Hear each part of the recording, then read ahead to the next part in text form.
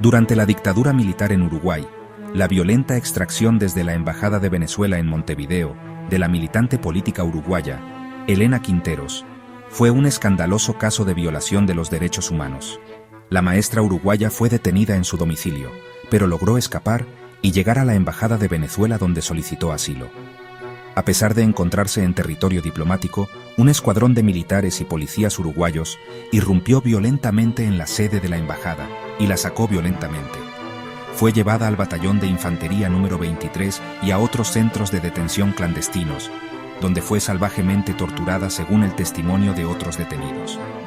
Desde entonces, permanece desaparecida y su cuerpo no ha sido encontrado. La búsqueda de la verdad sobre su destino y el enjuiciamiento de los responsables han sido reclamos constantes de organizaciones de derechos humanos y de su familia.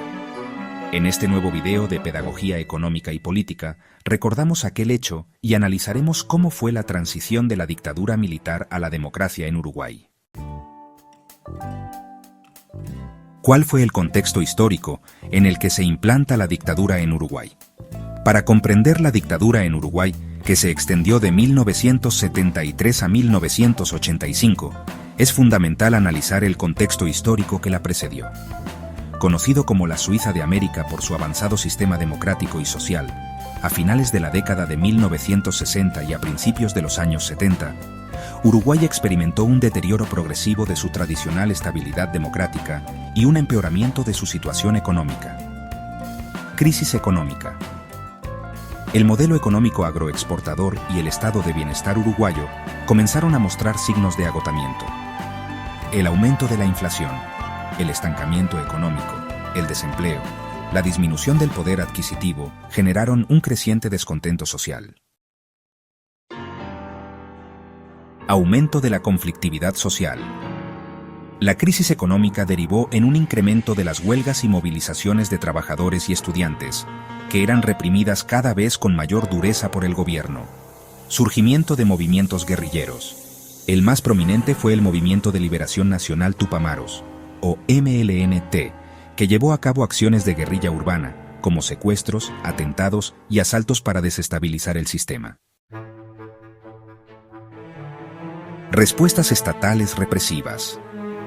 El Estado uruguayo, bajo los gobiernos de Jorge Pacheco Areco, de 1967 a 1972, y Juan María Bordaberry, de 1972 a 1976, respondió a la acción guerrillera con una creciente represión, delegando cada vez más poder a las Fuerzas Armadas y a los organismos de seguridad.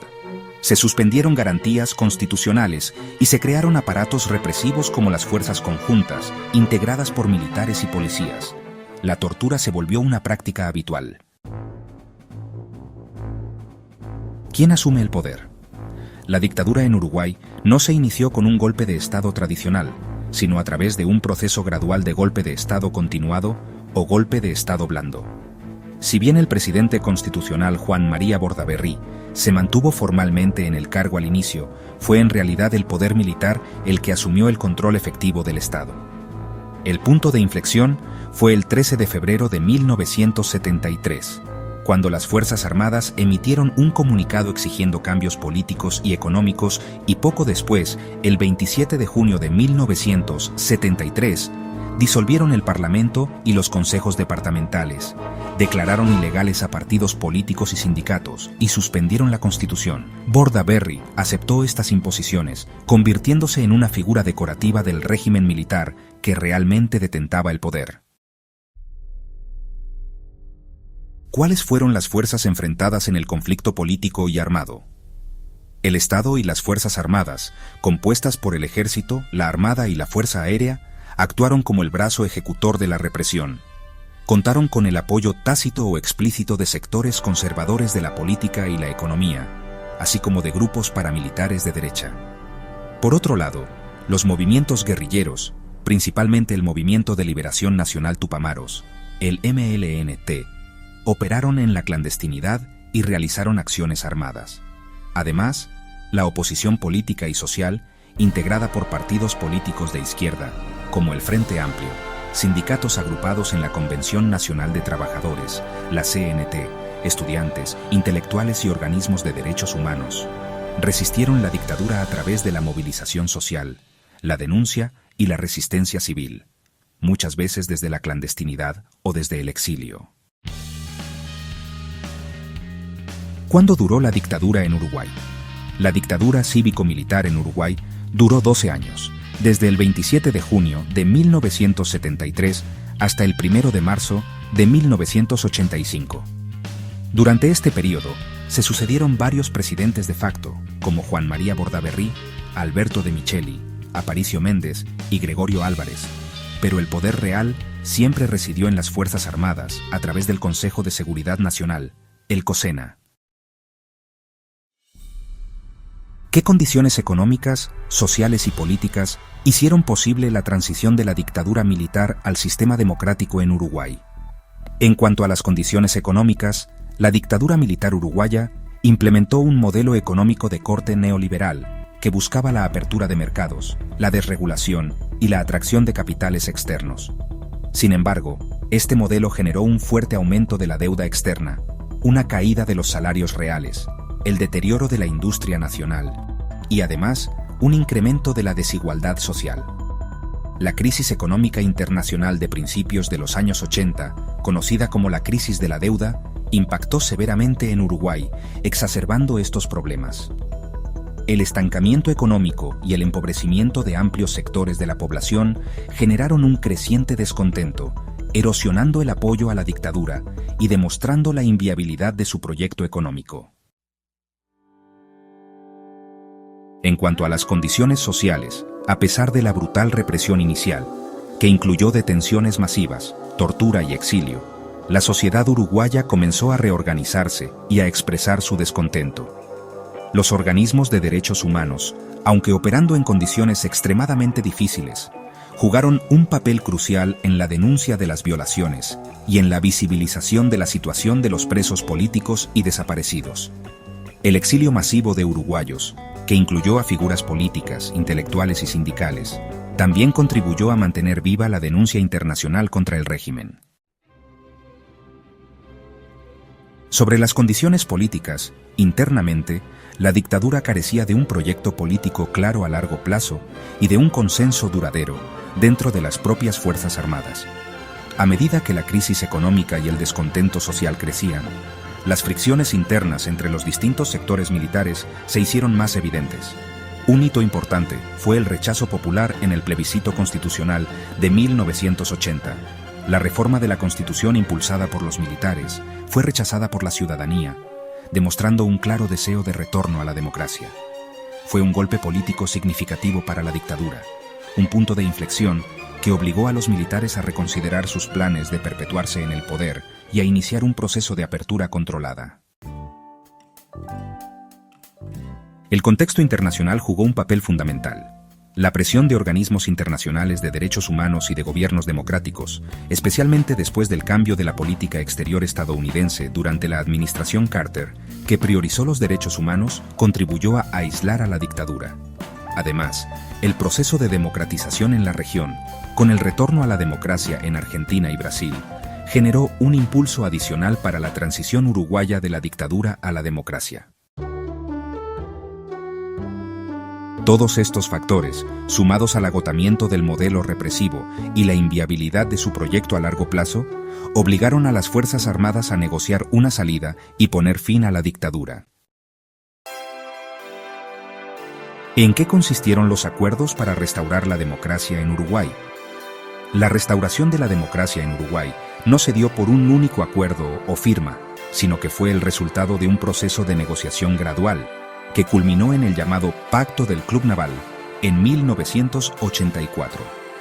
Este pacto fue crucial para establecer las condiciones de salida de la dictadura cívico-militar y el retorno al sistema democrático. Los puntos principales acordados incluyeron, por ejemplo, la convocatoria a elecciones. Se estableció un calendario electoral para las elecciones generales que se realizarían en noviembre de 1984. Levantamiento gradual de las proscripciones políticas. Aunque se permitió la participación de la mayoría de los partidos políticos tradicionales y se facilitó el retorno de algunos exiliados, no se levantaron todas las proscripciones de inmediato. Al líder del Frente Amplio, Liber Seregni, no se le permitió ser candidato. Rol de las Fuerzas Armadas en la transición. Se acordó que las Fuerzas Armadas garantizarían la limpieza del proceso electoral y el traspaso de mando, a cambio de ciertas garantías, y tácitamente, una menor injerencia en la justicia por los crímenes del pasado, aunque este punto fue y sigue siendo muy conflictivo. Continuidad de leyes represivas. Lamentablemente, como parte de la negociación, no se derogaron de inmediato todas las leyes represivas, lo que generó tensiones en el proceso. ¿Cómo se negociaron los acuerdos? El proceso de negociación fue largo y complejo, con varias etapas. Los militares, tras el rotundo rechazo a su propuesta constitucional en el plebiscito de 1980, se vieron obligados a iniciar una apertura controlada. Primeras conversaciones, entre 1981 y 1984, inicialmente, hubo un diálogo tentativo entre las Fuerzas Armadas y los partidos políticos tradicionales, como Colorado, Nacional y Unión Cívica. Sin embargo, estas conversaciones fueron difíciles y a menudo se estancaron. El Pacto del Club Naval, en agosto de 1984, fue el acuerdo más importante. Las negociaciones se llevaron a cabo en el Club Naval de Montevideo, con la participación de representantes de las Fuerzas Armadas y de algunos partidos políticos, excluyendo inicialmente al Frente Amplio, que estaba proscrito y cuyo líder, Liber Seregni, estaba preso. Este acuerdo fue el punto de partida fundamental, ya que permitió la definición de un cronograma electoral, la liberación de presos políticos y el retorno de exiliados. ¿Quiénes lo firmaron? El Pacto del Club Naval fue un reconocimiento mutuo de la necesidad de una salida negociada y fue firmado por representantes de las Fuerzas Armadas, representantes del Partido Colorado y el Partido Nacional, aunque hubo sectores que se abstuvieron o rechazaron el pacto y la Unión Cívica. Es importante destacar que el Frente Amplio, si bien no firmó el pacto original en ese momento, ya que su principal líder estaba proscrito, y sus condiciones no fueron totalmente cumplidas inicialmente, lo aceptó como la vía para el retorno democrático, aunque con reparos. Su posterior participación en las elecciones legitimó el proceso. El resultado de este proceso de negociación fue la realización de elecciones generales en noviembre de 1984, en las cuales resultó ganador el candidato del Partido Colorado, Julio María Sanguinetti. La asunción de Sanguinetti, el 1 de marzo de 1985, marcó el fin de la dictadura y la restauración de la democracia en Uruguay. ¿Los militares impusieron garantías de no persecución para entregar el poder a los civiles? Las Fuerzas Armadas uruguayas, aunque debilitadas por el rechazo en el plebiscito de 1980 y el contexto de crisis económica, impusieron condiciones para la entrega del poder. Si bien el Pacto del Club Naval de 1984 no incluyó explícitamente una cláusula de amnistía, en diciembre de 1986 se aprobó la Ley número 15.848, o Ley de Caducidad de la Pretensión Punitiva del Estado. La llamada Ley de Caducidad estableció que la pretensión punitiva del Estado caducaba respecto de los delitos cometidos por funcionarios militares y policiales durante el periodo de la dictadura, entre el 1 de enero de 1973 y el 1 de marzo de 1985.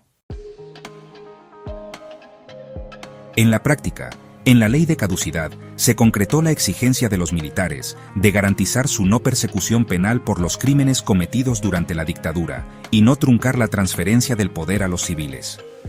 Operó como una amnistía para los militares que impidió la investigación y juicio de las violaciones a los derechos humanos cometidas durante la dictadura. Años después, la vigencia de esta ley frenó los juicios iniciados tras el retorno a la democracia. ¿Qué pactaron para construir confianza y lograr la coexistencia pacífica? Aceptación de las elecciones democráticas. La realización de elecciones y la aceptación de sus resultados por parte de los militares fue clave para el restablecimiento del juego democrático, subordinación formal de las Fuerzas Armadas al poder civil.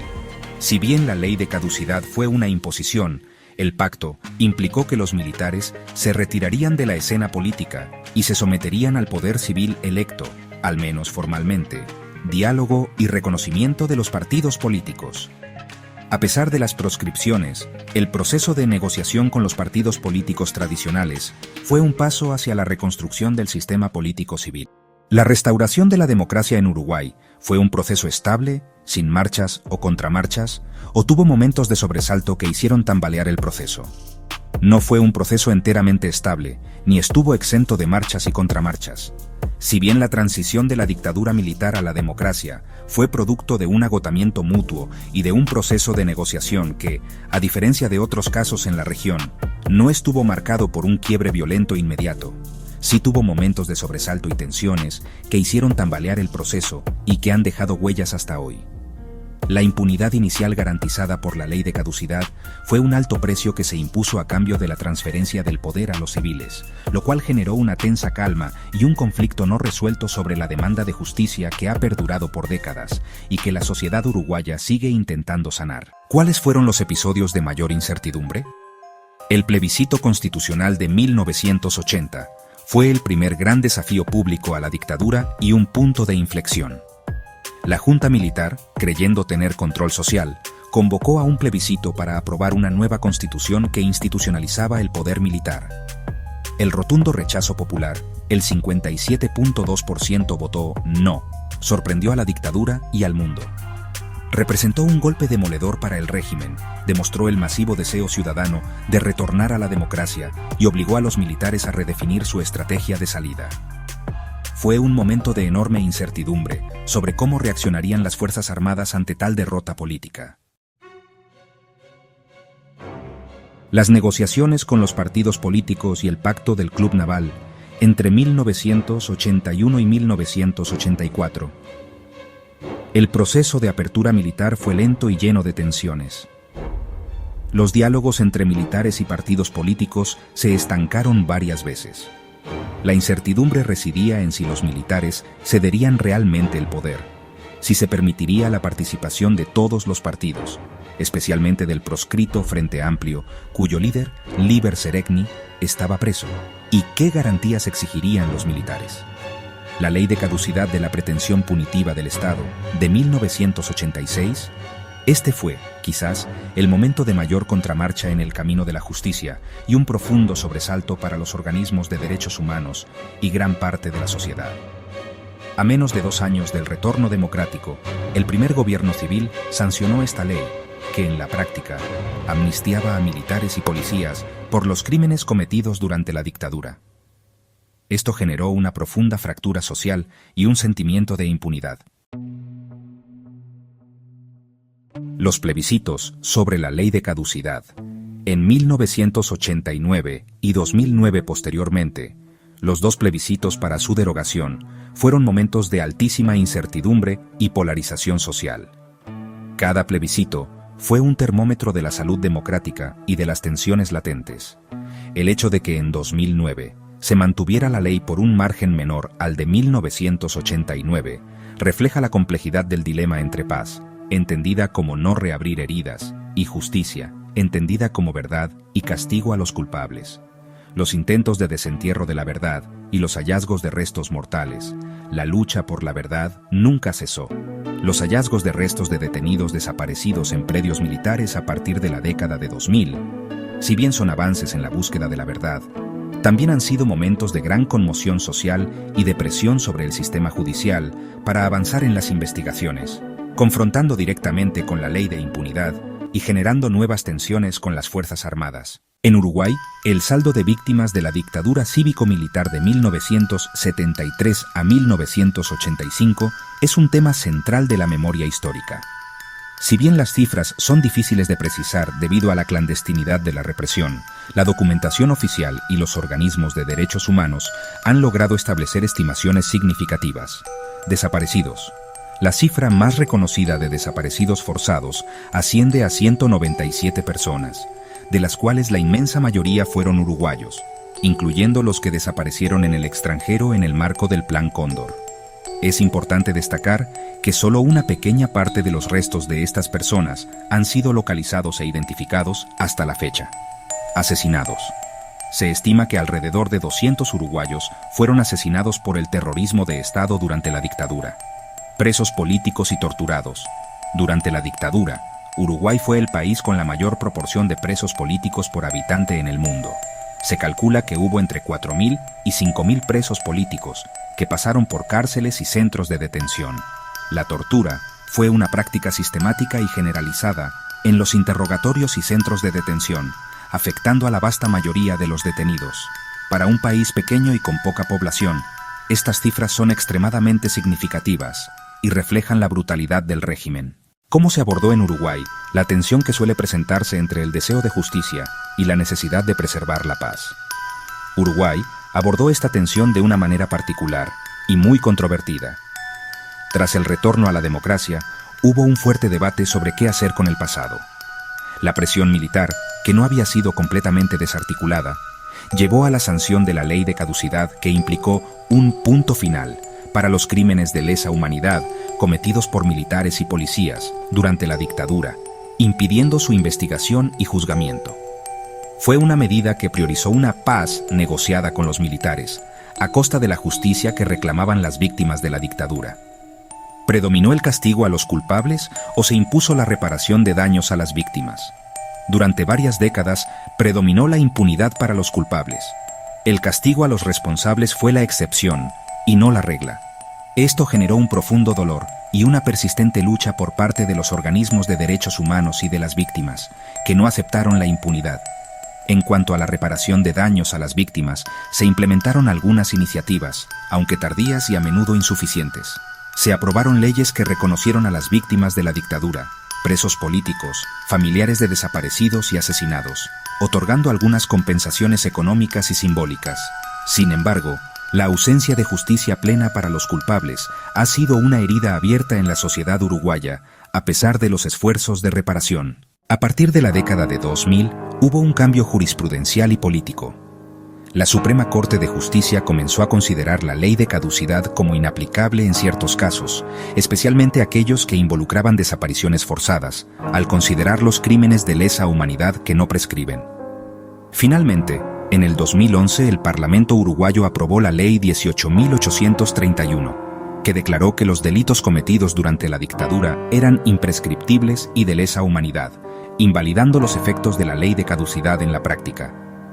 Esto permitió la reapertura de numerosos juicios y el juzgamiento de varios militares y civiles responsables.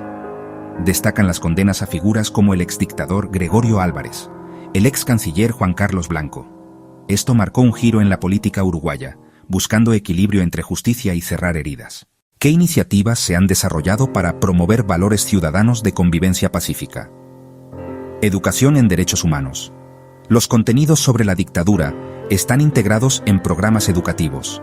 Se busca que las nuevas generaciones conozcan el pasado y desarrollen compromiso democrático. Día Nacional de los Detenidos Desaparecidos. Cada 30 de agosto se conmemora esta fecha. Miles participan en la multitudinaria Marcha del Silencio, organizada por madres y familiares. Es un acto cívico que visibiliza la demanda de verdad y reafirma el compromiso democrático. Organizaciones civiles, sindicatos y movimientos sociales promueven la participación ciudadana. Una democracia fuerte y vigilante es la mejor garantía contra futuros autoritarismos. Producción cultural y artística. El arte y la cultura han sido fundamentales. Películas, documentales, teatro, libros y exposiciones abordan la dictadura, contribuyendo a la reflexión colectiva. ¿De qué forma se ha documentado y rescatado la memoria histórica para que esa tragedia no se olvide ni vuelva a repetirse? A pesar de los desafíos y las leyes de impunidad iniciales, Uruguay ha realizado importantes esfuerzos para documentar y rescatar la memoria histórica. Comisiones de Verdad 2000. 2003.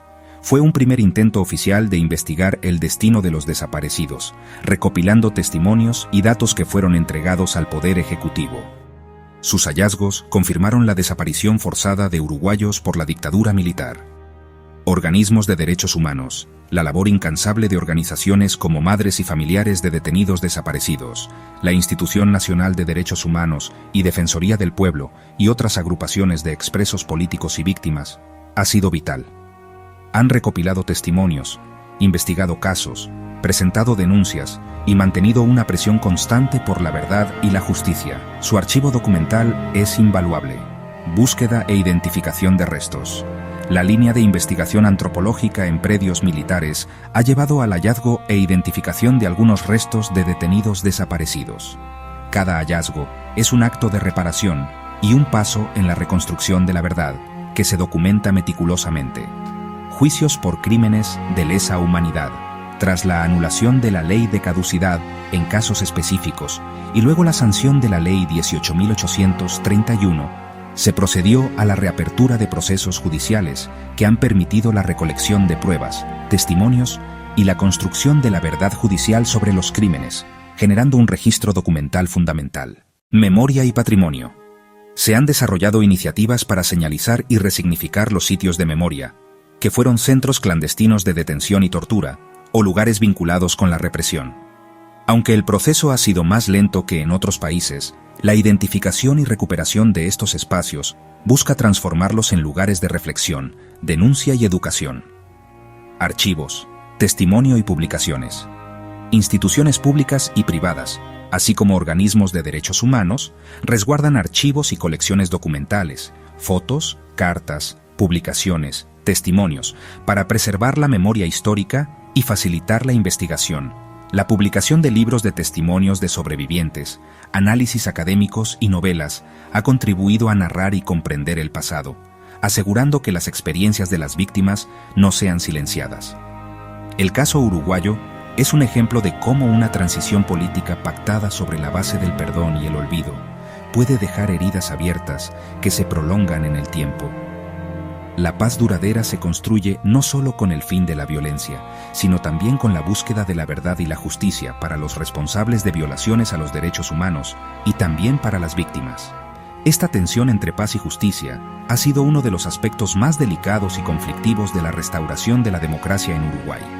En este contexto, las iniciativas para promover valores ciudadanos de convivencia pacífica y fortalecer la memoria histórica pasan a ser un sistema de alarma, un mecanismo de defensa contra los peligros del autoritarismo y la impunidad, y se han convertido en elementos constitutivos de la identidad democrática uruguaya para que la tragedia no vuelva a repetirse.